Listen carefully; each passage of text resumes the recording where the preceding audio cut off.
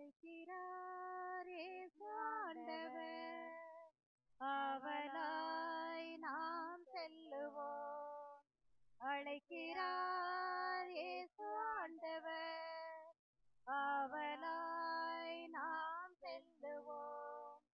அவர் பலியினில் கலந்திட, அவர் ஒளியினில் நடந்திட, அவர் பலியினில் கலந்திட, அவர் ஒளியினில் நடந்திட, சாட்சிகளாய் என்று வாழ்ந்திட இந்நாளிலே அழைக்கிறார் இயேசு ஆண்டவர், அவளாய் நாம் செல்லுவோம். தேடியே தேவன் வருகிறார், தன்னையே நாளும் தருகிறார், தோள்களில் நம்மை தாங்குவார், துயரினில் அவர் தேற்றுவார், சுமைகளை சுகங்களாக மாற்றுவார், வளமுடன் வாழும் வழியை காட்டுவார், சுமைகளை சுகங்களாக மாற்றுவார், வளமுடன் வாழும் வழியை காட்டுவார். வாருங்கள் ஓருடலாய் இணைந்திடுவோம், வானக தந்தையை நாம் வணங்கிடுவோம். அழைக்கிறார் இயேசு ஆண்டவர், அவளாய் நாம் செல்லுவோம். கடவுளே, உலகம் அனைத்தும் உம்மை ஆராதிக்கும், உம் புகழ் பாடிடும். உன்னதரே, உம் பெயருக்கு பா ஒன்று இசைக்கும். தந்தை மகன் தூயாவியாரின் பெயராகலே ஆமென். நம் ஆண்டவராகிய இயேசு கிறிஸ்துவின் அருளும் கடவுளின் அன்பும் தூயாவியாரின் துறவும் உங்கள் அனைவரோடும் இருப்பதாக. உம் ஆன்மாவோடும் இருப்பதாக.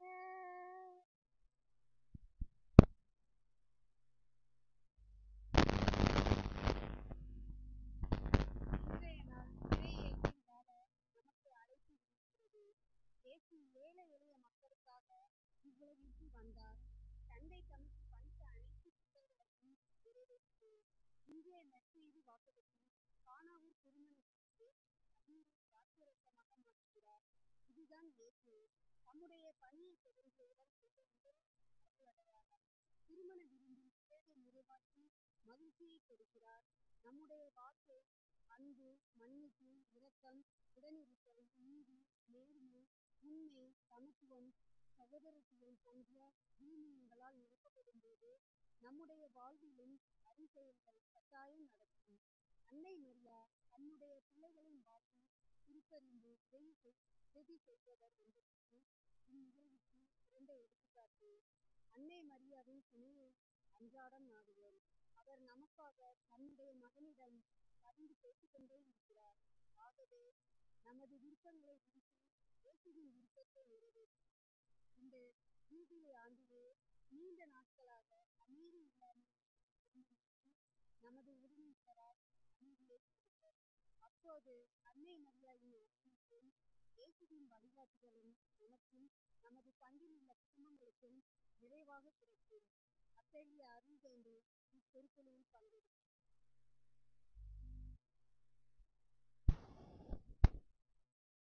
அன்புமிக்க சகோதர சகோதரிகளை, தூய மனிதர்களை கொண்டாட நாம் தகுதி பெறும் பொருட்டு தடையாக இருக்கக்கூடிய நம்முடைய பாவங்களை எல்லாம் வல்ல இறைவனிடமும் நான் பாவியனை ஏற்றுக்கொள்கிறேன். ஏனெனில் என் சிந்தனையாலும் சொல்லாலும் செயலாலும் கடமையில் தவறியதாலும் பாவங்கள் பல செய்தேன். என் பாவமே, என் பாவமே, என் பெரும் பாவமே.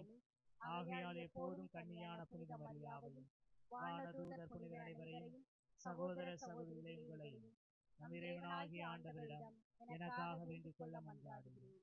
எல்லாம் உள்ள இறைவன் மீது இரக்கம் வைத்து நம் பாவங்களை மன்னித்து நம்மை நிலை வாழ்வுக்கு அழைத்து செல்வாராக. ஆமென். ஆண்டவரே இரக்கமாயிரும். ஆண்டவரே இரக்கமாயிரும். கிறிஸ்துவே இரக்கமாயிரும். கிறிஸ்துவே இரக்கமாயிரும் ஆண்டவரே இரக்கமாயிரும் ஆண்டவரே இரக்கமாயிரும் உன்னதங்களிலே இறைவனுக்கு மாட்சிமை உண்டாகுக உலகினிலே மனத்தோர்க்கு அமைதியும் உண்டாகுக புகழுகின்றோம் யாவும் உம்மையே வாழ்த்துகின்றோம் இறைவனே உமக்கு ஆராதனை புரிந்து உம்மை மகிமைப்படுத்துகின்றோம் யாம் உமது மேலாம் ஆட்சிமைக்காக உமக்கு நன்றி நவில்கின்றோம். ஆண்டவராம் எம் இறைவனே இணையில்லாத விண்ணரசே ஆற்றல் அனைத்தும் கொண்டு இலங்கும் தேவதந்தை இறைவனே ஏக மகனாக ஜெனித்த ஆண்டவர் இயேசு கிறிஸ்து இறைவனே ஆண்டவராம் இறைவனே இறைவனின் திருச்செம்மறியே தந்தையினின்று நித்தியமாக ஜெனித்த இறைவன் மகனே நீ உலகின் பாவம் போக்குபவரே நேரம் மீது இறங்குவே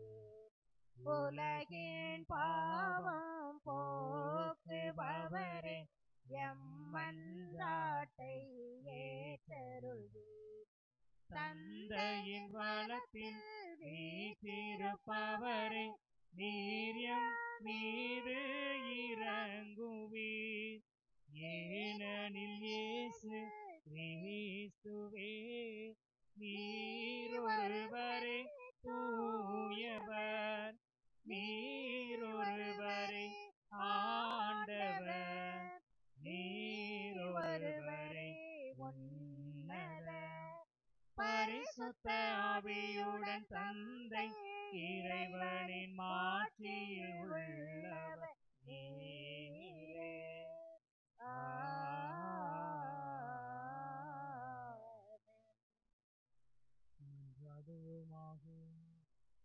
என்றென்றும் உள்ள எல்லாம் வல்ல இறைவா விண்ணிலும் மண்ணிலும் உள்ள அனைத்தும் ஆண்டு நடத்துகின்றவர் நீரே மக்களின் வேண்டல்களை இரக்கத்துடன் கேட்டு எங்கள் வாழ்நாள்களில் உமது அமைதியை அளித்தருள்வீராக.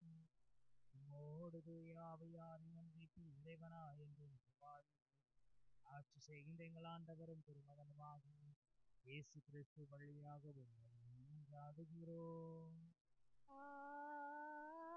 ஆமென். முதல் வாசக முன்னுரை. கடவுள் இறைவாக்கினர் வழியாக இஸ்ரேல் மக்களுக்கு எப்ராபா பெய்லா என்ற புதிய பெயர்களை சூட்டி அவர்களிடமிருந்த பழைய கரைகளை போக்கி மகிழ்விக்க இன்றே இப்பொழுதே வரும் கடவுளாக வெளிப்படுகிறார். ஆண்டவர் கையில் அழகிய மணிமுடியாக திகழ்வார். உன் கடவுளின் கரத்தில் அரச மகுடமாய் விளங்குவார் என்று இஸ்ரேல் மக்கள் மீது அளவு கடந்த அன்பு கொண்டு அவர்களுக்கு ஆசீர் கூறும் முதல் வாசகத்திற்கு செவிமடுப்போம். முதல் வாசகம் இறைவாக்கினர் எசாயா குறிப்பிடும் வாசகம். அதிகாரம் 62. தேவசனங்கள் 1 முதல் 5. மணமகன் மணப்பெண்ணில் மகிழ்வது போல் கடவுள் மகிழ்வார். சீயோனின் வெற்றி பைகரை ஒடுவெனவும் அதன் மீட்பு சுடர் விளக்கெனவும் செயல்படும் வரை அதனை முன்னிட்டு மௌனமாயிரு. எருசலேம் பொறுத்து செயலற்று அமைதியாயிரு. பிற இனத்தார் உன் வெற்றியை காண்பர், மன்னர் யாவரும் உன் மேன்மையை பார்ப்பர். ஆண்டவர் தம் நாமத்துக்கு புதியதொரு பெயரால் நீ அழைக்கப்படுவாய். ஆண்டவரின் கையில் நீ அழகிய மணியாக திகழ்வாய். உன் கடவுளின் கரத்தில் அரசு மகுடமாய் விளங்குவாய். கைவிடப்பட்டவள் என பெயர் பெற மாட்டாய். பாழ்பட்டது என உன் நாடு அழைக்கப்படாது. நீ எப்சியா என்று அழைக்கப்படுவாய். நாடு பெகுலா என்று பெயர் பெறும். ஏனெனில் ஆண்டவர் உன்னை விட்டுவிட்டார்.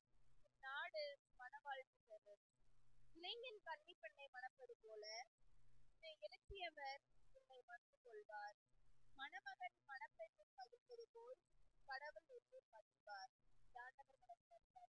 இறைவனுக்கு நன்றி.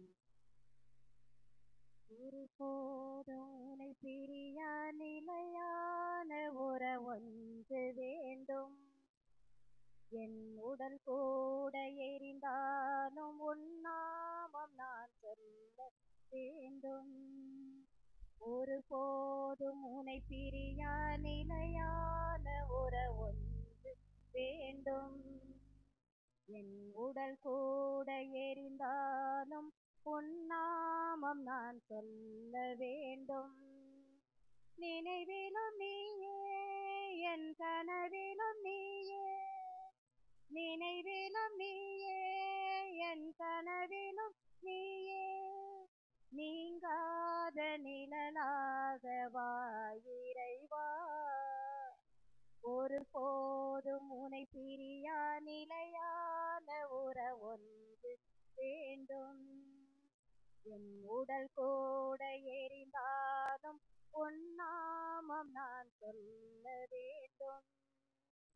உன் கையில் என்னை நீ பொறித்தாய். பெயர் சொல்லி அன்பாய் என்னை அழைத்தாய். உன் கையில் என்னை நீ பொறித்தாய். பெயர் சொல்லி அன்பாய் என்னை அழைத்தாய். ஏன் என்னை நீ தெரிந்தாய்? என் வாழ்வில் ஏன் நுழைந்தாய்? ஏன் என்னை நீ தெரிந்தாய்? என் வாழ்வில் ஏன் நுழைந்தாய்? உன் மாறாத அன்பில் மகிழ் ஒன்று கண்டேன். தாய் உறவொன்று தேடும் பிள்ளை போல் நின்றேன். உன்னோடு நான் வாழ்வேனா? ஒருபோதும் உன்னை பிரியா நிலையான உறவொன்று வேண்டும். என் உடல் கூட எரிந்தாலும் உன் நாமம் நான் சொல்ல வேண்டும். நீ தேடுமான் போல தேடி வந்தேன். நீ இன்றி வாழ்வில்லை என்றுணர்ந்தேன். நீ தேடுமான் போல தேடி வந்தேன். நீ இன்றி வாழ்வில்லை என்றுணர்ந்தேன். என்னுள்ளே வாழும் தெய்வம், என்னை நீ ஆளும் தெய்வம். என்னுள்ளே வாழும் தெய்வம், என்னை நீ ஆளும். என் இயேசு நீயே, என்னுள்ளம் நின்றாய். நிதம் என் பாதை முன்னே நீதானே சென்றாய். உன்னோடு நான் வாழுவேனா? ஒருபோதும் உன்னை பிரியா நிலையான உறவொன்று வேண்டும். என் உடல் கூட எரிந்தாலும் உன் நாமம் நான் சொல்ல வேண்டும். இரண்டாம் வாசகம். திருத்துதர் பவுல் கொரிந்தியருக்கு எழுதிய முதல் திருமுகத்திலிருந்து வாசகம். அதிகாரம் 12. இறை வார்த்தைகள் 4 முதல்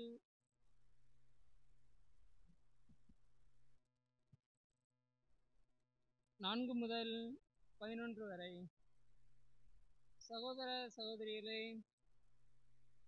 அருள் கொடைகள் பலவை உண்டு, ஆனால் தூய ஆவியார் ஒருவரே. திருத்தொண்டுகளும் பலவகை உண்டு, ஆனால் ஆண்டவர் ஒருவரே. செயல்பாடுகள் பலவகை உண்டு, ஆனால் கடவுள் ஒருவரே. அவரே எல்லாரிடமும் எல்லாவற்றையும் செயல்படுத்துபவர். பொது நன்மைக்காகவே தூய ஆவியாரின் செயல்பாடுகள் ஒவ்வொருவரிலும் வெளிப்படுகிறது. தூய ஆவியார் ஒருவருக்கு ஞானம் நிறைந்த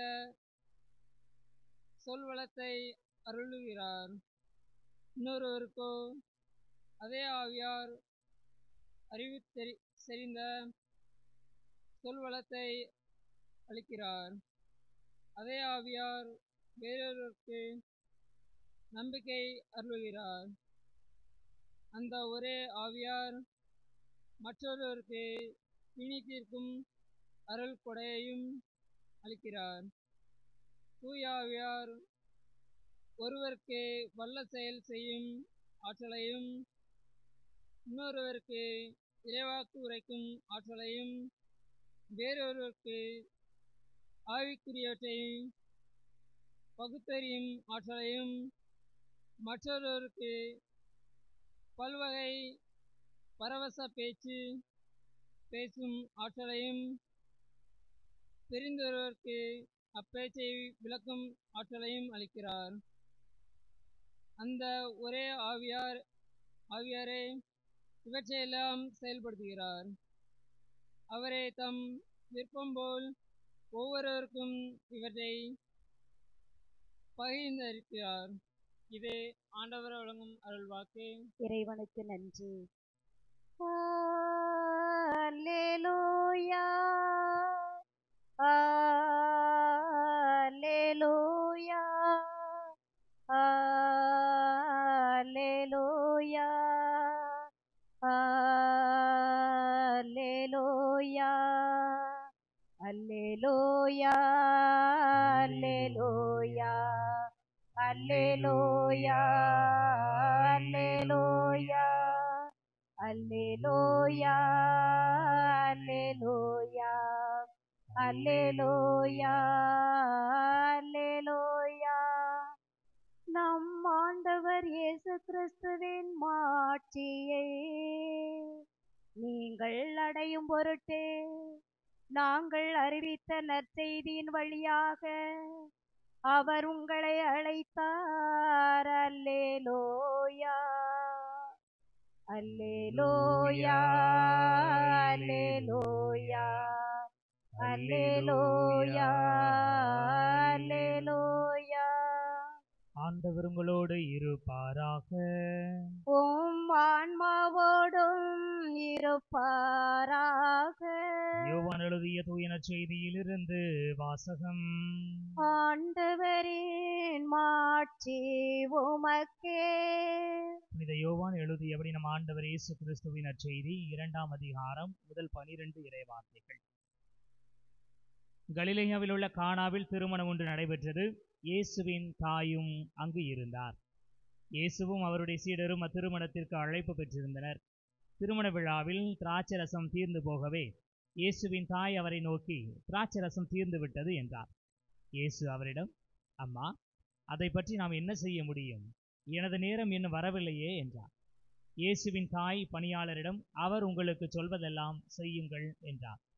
யூதரின் தூய்மை சடங்குகளுக்கு தேவையான 6 கல் தொட்டிகள் அங்கே இருந்தன.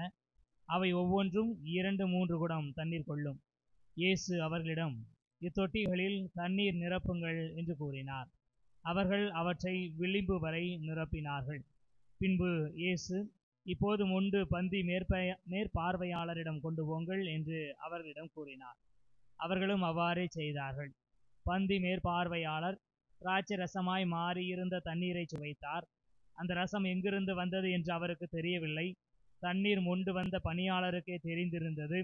ஆகையால் பந்தி மேற்பார்வையாளர் மணமகனை கூப்பிட்டு, எல்லாரும் நல்ல திராட்சை ரசத்தை முதலில் பரிமாறுவர், யாவரும் விருப்பம் போல குடித்த பின்தான் தரம் குறைந்த ரசத்தை பரிமாறுவர். நீர் நல்ல ரசத்தை இதுவரை பரிமாறாமல் ஏன் வைத்திருந்தீர் என்று கேட்டார். இதுவே இயேசு செய்த முதல் அரும் அடையாளம். இது கலிலேயாவில் உள்ள கானாவில் நிகழ்ந்தது. இதன் வழியாக அவர் தம் ஆட்சியை வெளிப்படுத்தினார். அனைவரும் அவருடைய சீடரும் அவரிடம் நம்பிக்கை கொண்டனர். இதன் பிறகு அவரும் அவர் தாயும் சகோதரர்களும் அவருடைய சீடரும் கப்பர்நாகும் சென்று அங்கு சில நாட்கள் தங்கியிருந்தனர். ஆண்டவரின் அருள்வாக்கு. கிறிஸ்துவே உமக்கு புகழ். இயேசுவில் இனியவர்களே, கானாவூர் திருமணத்திலே திராட்சரசம் தீர்ந்த பொழுது இயேசு முதல் புதுமை செய்து அங்கிருந்த எல்லாருக்கும் மிகவும் சுவை மிகுந்த ரசத்தை கொடுத்தார் என்கிற பகுதியை நாம் கேட்டிருக்கிறோம், வாசித்திருக்கிறோம். இனியவர்களே, இந்த வாசகம் நமக்கு தருகிற செய்தி என்ன? நம்முடைய வாழ்க்கையில் மகிழ்ச்சி தளர்ந்து போனாலும், வெறுமையாக போனாலும், துன்பங்கள் நிறைந்தாலும் ஆண்டவர் நமக்கு நலம் கொடுப்பார். திராட்சரசம் என்பது ஆண்டவருடைய மானிட மகனுடைய வருகையை வெளிப்படுத்துகிற ஒன்றாக இருக்கிறது. மெசியாவினுடைய வருகையை அது வெளிப்படுத்துகிறது. மெசியா எப்பொழுது வருவார், அல்லது மெசியா ஏன் வர வேண்டும்? மக்கள் அடிமைத்தனத்தில் துன்பத்தில் வாழ்ந்து கொண்டிருக்கிற பொழுது அவர்களுக்கு மீட்பு கொடுப்பதற்காக கடவுள் தனது மெசியாவை அனுப்புகிறார் என்பதுதான் அதனுடைய அடையாளம். எனவே திராட்சை ரசம் பொங்கி வழிந்தது என்பது ஆண்டவர் தனது ஆட்சியை வெளிப்படுத்துகிறார், தனது மீட்பை கொடுக்கிறார் என்பதற்கான அடையாளம். இனியவர்களே, திராட்சை ரசம் தீர்ந்து போன குடும்பத்தினுடைய துன்பம் எப்படி விலகியது என்று பார்க்கிற பொழுது இயேசு புதுமை செய்தார்.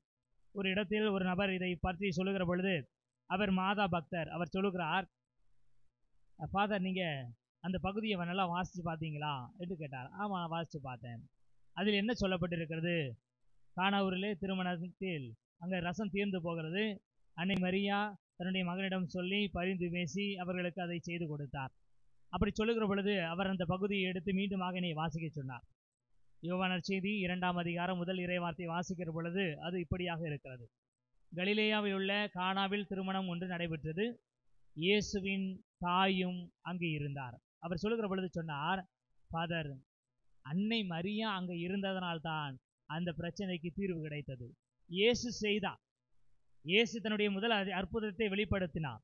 ஆனால் அன்னை மரியாவினுடைய இருத்தல் தான் அங்கு ஒரு குறைபாடு இருக்கிறது என்பதை கண்டறிய செய்தது. அந்த குறைபாடை யாரிடம் சொல்லி சரி செய்ய முடியும் என்று சொல்லி அங்கலாய்த்து கொண்டிருந்த மக்களுக்கு, அந்த குடும்பத்தாருக்கு ஒரு விடிவை கொடுப்பதற்கு அன்னை மரியா உடனடியாக செயல்பட்டார். ஏனென்றால் அவர் அங்கு இருந்தார் என்று சொன்னார். இவர்களை மிகவும் ஏற்புடைய ஒரு சொல்லாடலாக நான் பார்க்கிறேன். அன்னை மரியா அங்கு இருந்தார். இந்த பகுதியை நம்ம யோசிக்கிற பொழுது எங்கெல்லாம் அன்னை மரியா இருந்தாரோ, எங்கெல்லாம் நம்முடைய தாய் மரியா இருந்தாரோ, அங்கெல்லாம் எல்லா குறைபாடுகளும் நிறைவுக்கு வந்திருக்கிறது, எல்லா சோர்வுகளும் எல்லா சோகங்களும் ஒரு முடிவுக்கு வந்திருக்கிறது என்பதை நம்மால் கண்டுகொள்ள முடிகிறது. இனியவர்களே, அன்னை மரியாவை நாம் விவிலியம் காட்டுகிற முதல் பகுதி கபிரியல் வானதூதர் சொல்கிறார், கருவுற இயலாத உம்முடைய உறவினர் கருவுற்றிருக்கிறார், இது அவருக்கு 6ஆம் மாதம் என்று சொல்லுகிறார். விவிலியத்தில் நாம் வாசிக்கிறோம், எலிசபெத்து கருவுற்ற பொழுது அவர் பிற கண்ணில் படாமல் வெட்கப்பட்டு ஒரு 5 மாதம் அளவும் யார் கண்ணிலும் படாமல் மறைந்திருக்கிறார். இந்த வயதில் நாம் கருவுற்று இருக்கிறோமே, இந்த சமூகம் என்னை பார்த்து என்ன சொல்லும்? ஏளனம் செய்யக்கூடும், என்னை பார்த்து பரிகசிக்க கூடும். இந்த வயசுல குழந்தை வைக்க கிடைச்சிருக்குது என்று சொல்லி இந்த சமூகம் என்னை நினைத்தால் நான் என்ன செய்வது? எனவே யார் கண்ணிலும் படாமல் எலிசபெத்து 5 மாதம் அளவு மறைந்திருக்கிறார். இனியவர்களை, இப்படிப்பட்ட ஒரு பெண்ணை தேடி அன்னை மரியா செல்கிறார். கிட்டத்தட்ட 3 மாதங்கள் அன்னை மரியா எலிசபெத்தோடு இருந்து பணி செய்தார் என்று சொல்லப்பட்டிருக்கிறது. இனியவர்களே, 5 மாதம் அளவும் யாரு கண்ணிலும் படாமல் மறைந்திருந்த எலிசபெத்து குழந்தைக்கு என்ன பெயரிடலாம் என்று கேட்கிற பொழுது எல்லாருக்கும் முன்பாக அந்த குழந்தைக்கு யோவான் என்று பெயரிட வேண்டும் என்று சொல்லி சொல்கிறார். மறைந்திருந்த, தன்னை மறைத்து கொண்டிருந்த ஒரு பெண்ணுக்கு எல்லாரையும் சந்திக்கிற ஆற்றலை கொடுத்தது, எல்லாரையும் சந்தித்து இதுதான் பெயர் என்று அறிவிக்க செய்தது அன்னை மரியாவினுடைய உடனிருப்பு. இனி இவர்களே, அன்னை மரியாளுடைய உடனிருப்பு கோழை உள்ளத்திற்கு தைரியத்தை கொடுக்கிறது, மறைந்திருக்கிற மக்களுக்கு துணிச்சலை கொடுக்கிறது. இது எலிசபெத்தினுடைய வாழ்க்கையில் பார்க்கிறோம். கானா ஒரு திருமணத்தில் என்ன நடக்கிறது? எங்கு குறைபாடு இருக்கிறதோ அன்னை மரியா அங்கு இருந்தார், குறைபாடுகள் நிறைவாக மாறியது. இயேசுவினுடைய வாழ்க்கையில் பார்க்கிறோம், அன்னை மரியாவினுடைய உடனிருப்பு அவருக்கு மிகப்பெரிய ஆற்றலை கொடுக்கிறது. 12 வயது நிரம்பிய இயேசுவிற்கு அவ்வளவு ஞானங்கள் கிடைத்தது என்று சொன்னால், தாயின் அருகில் இருந்து அவர் கற்றுக்கொண்ட பாடங்கள், கீழ்ப்படிதல், அவர் கற்றுக்கொண்ட பக்தி முயற்சிகள், அதுதான் இயேசுவிற்கு புதிய ஆற்றலையும் உன்னதமான வல்லமையும் கொடுக்கிறது. இயேசு சிலுவை சுமந்து செல்கிற பொழுது அவர் தளர்ந்து போயிருக்கலாம். ஏனென்றால் அந்த சிலுவை ஏற்பதற்கு முன்பாக நாம் பார்க்கிறோம், தந்தையே, இந்த துன்ப கிண்ணம் என்னை விட்டு அகன்று போட்டும் என்று சொல்கிறார். எனவே மனம் உடைந்த நிலையில் இருக்கிற மகனை சிலுவை சுமந்து செல், நீ இந்த உலகத்திற்காக உன்னுடைய உயிரை தியாகம் செய் என்று சொல்லி அன்னை மரியா உடன் நடந்ததால், இயேசுவோடு இருந்ததால், அந்த சிலுவை பயணத்தில் இருந்ததால் இயேசு தொடர்ந்து முன்னேறுகிறார். இந்த மானுட சமூகத்திற்காக தனது உயிரையே அவர் கையளிக்கிறார். இயேசுனுடைய இறப்பிற்கு பிற்பாடு நாம் பார்க்கிறோம், சீடர்கள் எல்லாம் பயந்து போயிருக்கிறார்கள், தளர்ந்து போயிருக்கிறார்கள், உடைந்து போயிருக்கிறார்கள். அவர்களோடு மேல் மாடியில் அன்னை மரியாவும் இருந்தார் என்று சொல்லி திருத்தூதர் பணிகளிலே நாம் வாசிக்கிறோம். அன்னை மரியாவினுடைய உடனிருப்பு சீடர்களுக்கு உறுதியை கொடுக்கிறது, உத்வேகத்தை கொடுக்கிறது, புதிய பணியை செய்வதற்கான ஆற்றலை கொடுக்கிறது. தூய ஆவியினுடைய வருகையில் அவர்கள் இறை ஞானத்தை பெற்றுக்கொள்வதற்கு அவர்களுக்கு ஒத்துழைப்பு கொடுத்தது அன்னை மரியாவினுடைய உடனிருப்பு. இனியவர்களே, இந்த அருள் தலம் குருசுமலை மாதாவினுடைய அருள் தலத்தில் அன்னை மரியாள் இருக்கிறார் என்பது நம்முடைய நம்பிக்கை.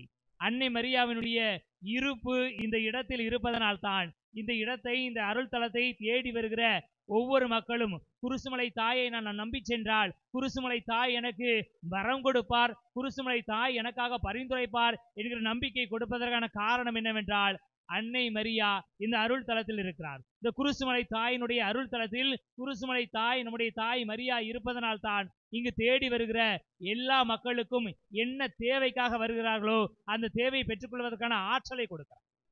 அன்னை மரியா இன்னும் நமக்காக பரிந்து பேசுகிறார். குருசுமலை தாய் இந்த மலைக்கு தேடி வந்து செபிக்கிற ஒவ்வொருவருக்காக பரிந்துரைக்கிறார். அன்னை மரியாவினுடைய பரிந்துரையை இயேசு ஒருபோதும் தட்டி கழித்ததில்லை. எனது நேரம் இன்னும் வரவில்லையே என்று சொன்ன இயேசு, நேரம் வரவில்லை என்று சொன்னால் என்ன, என்னுடைய தாய் சொல்லி இருக்கிறார், எனவே என்னுடைய தாய் எனக்கு பணித்ததை நான் உடனடியாக செய்வேன். அது எனக்குரிய நேரமோ நேரமில்லையோ அது பிரச்சனை இல்லை, எனக்கு சொல்லப்பட்டது நான் செய்கிறேன். எனவே குருசுமலை தாயினுடைய பரிந்துரையை ஆண்டவர் இன்னும் உறுதியாக ஏற்பதற்கு தயாராக இருக்கிறார். தாய் நமக்காக பரிந்துரைக்கிற பொழுது நம்முடைய குறைபாடுகளை, நம்முடைய தேவைகளை ஆண்டவர் இயேசுவிடம் சொல்லுகிற பொழுது இயேசு கிறிஸ்து ஒருபோதும் அதை தட்டி கழிக்க மாட்டார். நிச்சயமாக தன்னுடைய அன்னையும் நம்முடைய தாயுமான குருசுமலை அன்னையினுடைய பரிந்துரையை கேட்கிற இயேசு கிறிஸ்து, நாம் என்ன தேவைக்காக இந்த அருள் தலத்தை தேடி வந்திருக்கிறோமோ, என்ன மன்றாட்டோடு இந்த வழியிலே கலந்து கொண்டிருக்கிறோமோ, நிச்சயமாக அந்த தேவையை கொடுத்து அவர் நம்மை ஆசீர்வதிப்பார் என்கிற நம்பிக்கையை நாம் வளர்த்து கொள்ள வேண்டும். அன்னை மரியா நிச்சயமாக நமக்கு பரிந்துரைப்பார். ஏனென்றால் அவர் நமது தாய்.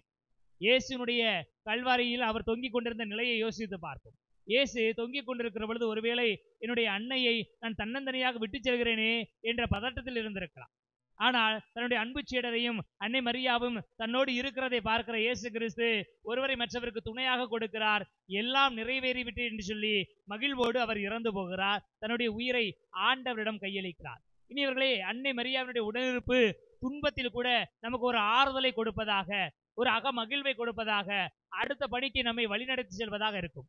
குருசுமலை தாய் இருக்கிற, வாழ்கிற, அற்புதங்கள் செய்து கொண்டிருக்கிற இந்த அருள் தலத்திற்கு வந்திருக்கிற நம் ஒவ்வொருவருக்கும் அன்னை மரியாவினுடைய பரிந்துரையால் ஆண்டவர் எல்லா நலன்களையும் அருளையும் தருவாராக. ஆமென். எழுந்து நமது நம்பிக்கையை அறிக்கையிடுவோம். ஒரே கடவுளை நம்புகின்றேன், விண்ணகமும் மண்ணகமும் காண்பவை காணாதவை யாவும் படைத்த எல்லாம் வல்ல தந்தை அவரே, கடவுளின் ஒரே மகனாய் உதித்த ஒரே ஆண்டவர் இயேசு கிறிஸ்துவை நம்புகின்றேன். இவர் காலங்களுக்கெல்லாம் முன்பே தந்தையிடமிருந்து பிறந்தார். கடவுளினின்று கடவுளாக, ஒளியினின்று ஒளியாக, உண்மை கடவுளினின்று உண்மை கடவுளாக உதித்தவர். இவர் உதித்தவர், உண்டாக்கப்பட்டவர் அல்ல. தந்தையோடு ஒரே பொருளானவர், இவர் வழியாகவே யாவும் படைக்கப்பட்டன.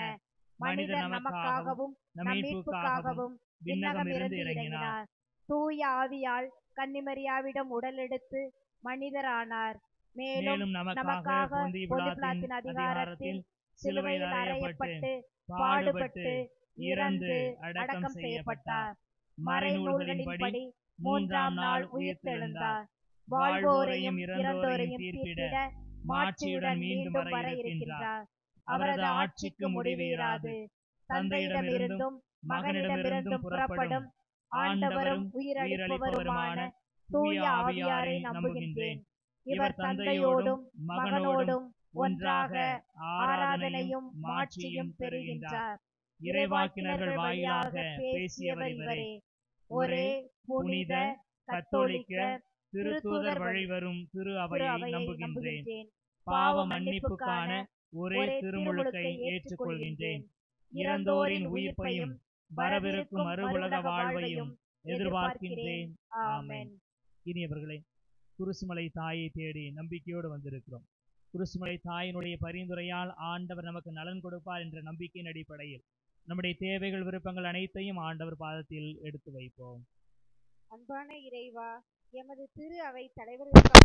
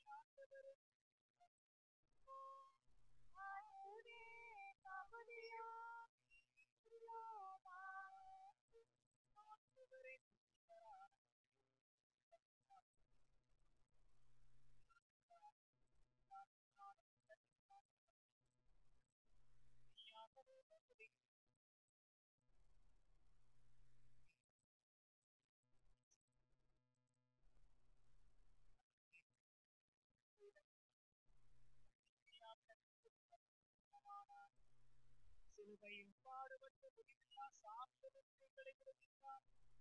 இறந்தோரிடமிருந்து உயிர் கொடுத்து இறைவாழ்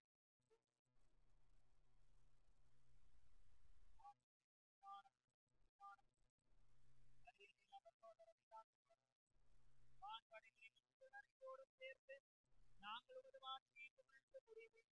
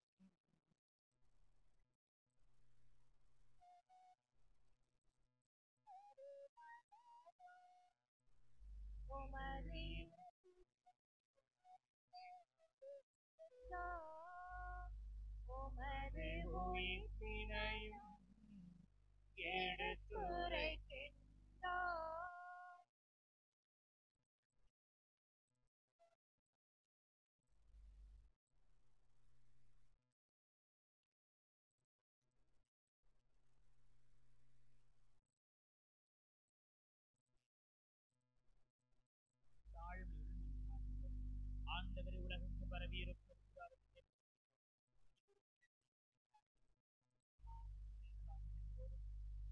அவை அன்பில் நிறைவேறும்.